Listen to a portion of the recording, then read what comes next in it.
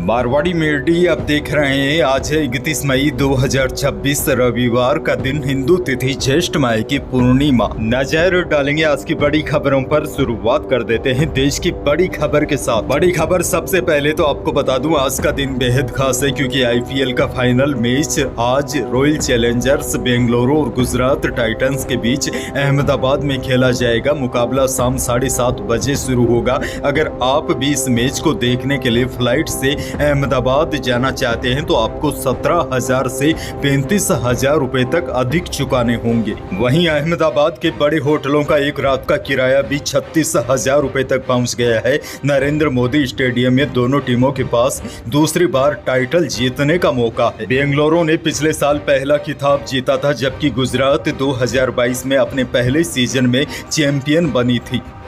आगे बढ़ेंगे। देश की एक और बड़ी खबर, दिल्ली पुलिस की स्पेशल सेल ने दिल्ली में बड़े आतंकी हमले की साजिश को नाकाम कर दिया है। पुलिस ने दाऊद इब्राहिम के नेटवर्क और पाकिस्तान की खुफिया एजेंसी ISI से जुड़े आतंकी मॉड्यूल का भंडाफोड़ करते हुए 9 लोगों को गिरफ्तार किया है। इनके पास कई घातक हथियार और विस्फोटक सामग्री भी बरामद हुई है। जांच एजेंसियों के मुताबिक यह नेटवर्क लंबे समय से तैयार किया जा रहा था। इसका मकसद दिल्ली में मंत्रालयों, सुरक्षा बलों और प्रमुख धार्मिक स्थलों को टारगेट करना था। सूत्रों के मुताबिक गिरफ्तार आरोपियों में से कुछ नेपाल मूल के लोग भी शामिल हैं। इन लोगों को विशेष रूप से हमलों को अंजाम देने के लिए तैयार किया जा रहा था। उधर देखिए, सेना प्रमुख जनरल उपेंद्र द्विवेदी ने कहा है कि ऑपरेशन सिंदूर अभी खत्म नहीं हुआ है। फिलहाल संघर्ष विराम जैसी स्थिति है। जरूरत पड़ने पर तीनों सेनाएं ऑपरेशन सिंदूर 2.0 के लिए पूरी तरह तैयार है।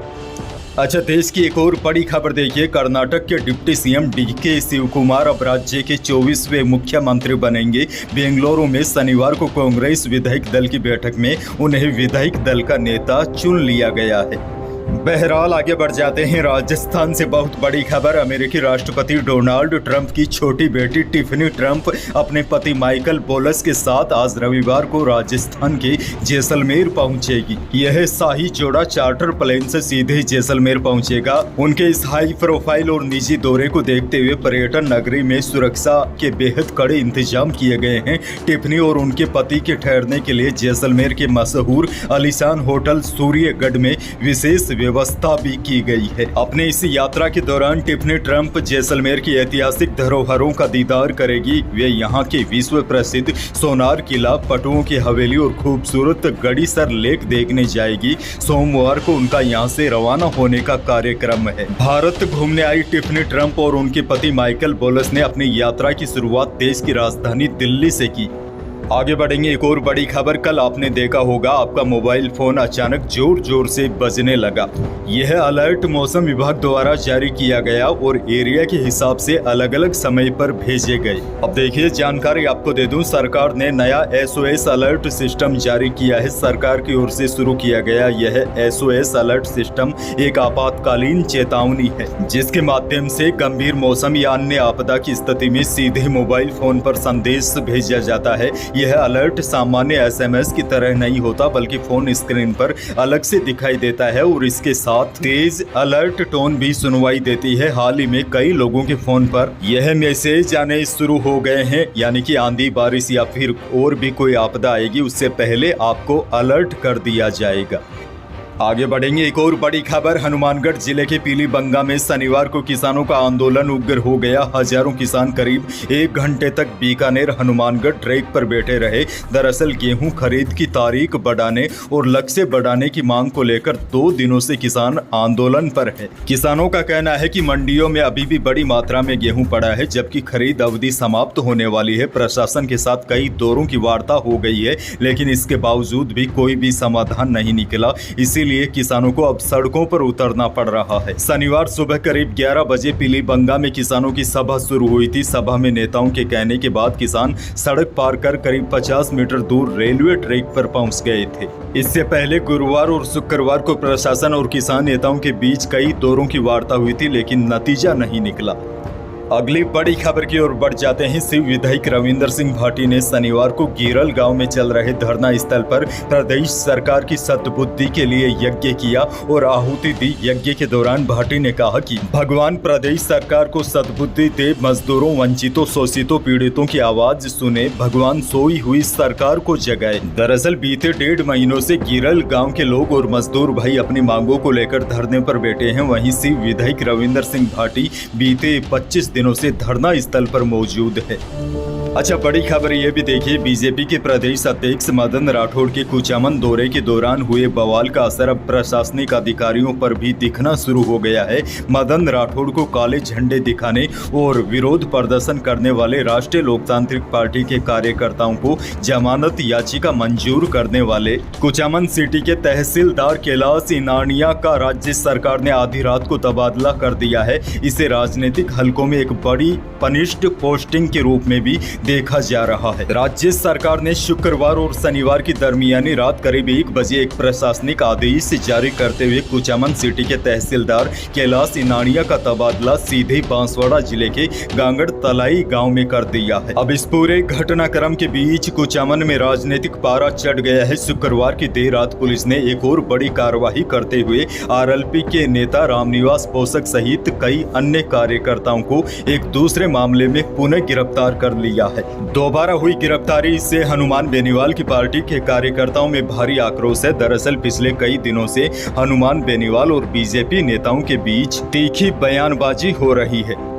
नागौर से बड़ी खबर। नागौर में कार और ट्रक में आमने सामने की भिड़ंत में पति पत्नी और बेटे सहित 4 लोगों की मौत हो गई। भीषण टक्कर में कार के परखच्चे उड़ गए। दोनों गाड़ियों की टक्कर के बाद धमाके जैसी तेज आवाज आई और कुछ देर बाद आग लग गई। मौके पर मौजूद लोगों ने कार सवार लोगों को खींचकर बाहर निकाला और हॉस्पिटल पहुंचाया। 2 लोगों की मौके पर ही मौत हो गई, जबकि अस्पताल ले जाते समय रास्ते में 2 और घायलों ने दम तोड़ दिया। खैर, आगे बढ़ जाते हैं। बड़ी खबर। जयपुर सराफा बाजार में शनिवार को दोनों ही कीमती धातुओं में सीमित घटत बढ़त रही। शुद्ध सोना 1,000 रुपये कम होकर 1,60,000 रुपये प्रति 10 ग्राम रहा। 22 कैरेट यानी कि जेवराती सोना भी 900 रुपये टूटकर 1,48,000 रुपये प्रति 10 ग्राम रहा और बाजार सूत्रों के अनुसार चांदी अपने पूर्व स्तर पर ही टिकी रही, यानी कि चांदी के भाव में कल कोई भी बदलाव नहीं हुआ। चांदी 2,71,000 रुपये प्रति किलो रही।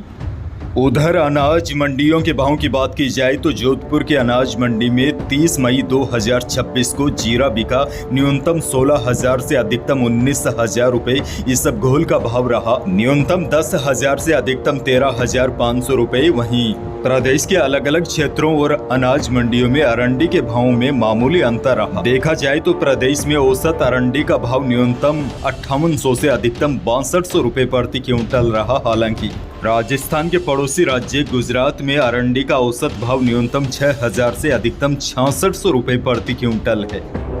मौसम को लेकर बहुत बड़ी अपडेट है, क्योंकि कल प्रदेश के कई जिलों में भीषण आंधी तूफान ने जमकर कहर बरपाया है।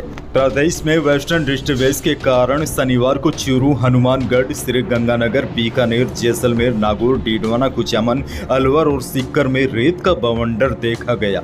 इस दौरान कई जगह 102 किलोमीटर प्रति घंटे की रफ्तार से हवाएं चली। अजमेर और जोधपुर में तेज हवा के साथ बारिश हुई। जयपुर के ग्रामीण इलाकों में बारिश के साथ ओलावृष्टि हुई। आंधी की वजह से कई जगह पेड़ धराशायी हो गए और बिजली की सप्लाई प्रभावित हुई। और अब देखिए, सबसे बड़ी जानकारी यह है, दोपहर के बाद आंधी बारिश की गतिविधियां राज्य के कुछ भागों में आने वाले 3-4 दिनों तक जारी रह सकती है। आज 31 मई को नागौर, अजमेर, भीलवाड़ा, जोधपुर, बाड़मेर, जालोर, सिरोही, उदयपुर, डूंगरपुर, बांसवाड़ा, चित्तौड़गढ़ सहित कई जिलों में बारिश की भी संभावना है। अंत में एक और बड़ी खबर। पूरी दुनिया अमेरिका और ईरान के बीच युद्ध को खत्म करना चाहती है, क्योंकि इस संघर्ष के कारण वैश्विक आर्थिक मंदी का गंभीर खतरा मंडरा रहा है। युद्ध के कारण कच्चे तेल की कीमतों में भारी उतार चढ़ाव देखने को मिल रहा है। इससे दुनिया भर में पेट्रोल, डीजल और रोजमर्रा की उपभोक्ता वस्तुओं की कीमतें बढ़ गई है। अब देखिए, इस युद्ध को लेकर ताजा अपडेट यह है, अमेरिका ने एक बार फिर संकेत दिया है कि अगर ईरान के साथ चल रही बातचीत विफल होती है तो वह दोबारा सैन्य कार्रवाई कर सकता है। हालांकि अमेरिका ने ताज़ा बयान में कहा है, अमेरिका और ईरान के बीच युद्ध विराम को आगे बढ़ाने और स्थायी समझौते तक पहुंचने के लिए फिलहाल बातचीत चल रही है। अगर यह बातचीत किसी वजह से विफल होती है तो फिर दोबारा सैन्य कार्रवाई हो सकती है। तो यही थी प्रदेश और देश की आज की बड़ी और महत्वपूर्ण खबरें। वीडियो को लाइक करना बिल्कुल न भूलिए। चैनल पर नए हैं तो सब्सक्राइब जरूर कीजिए ताकि आप अपडेट रहे बड़ी और काम की खबरों से। धन्यवाद।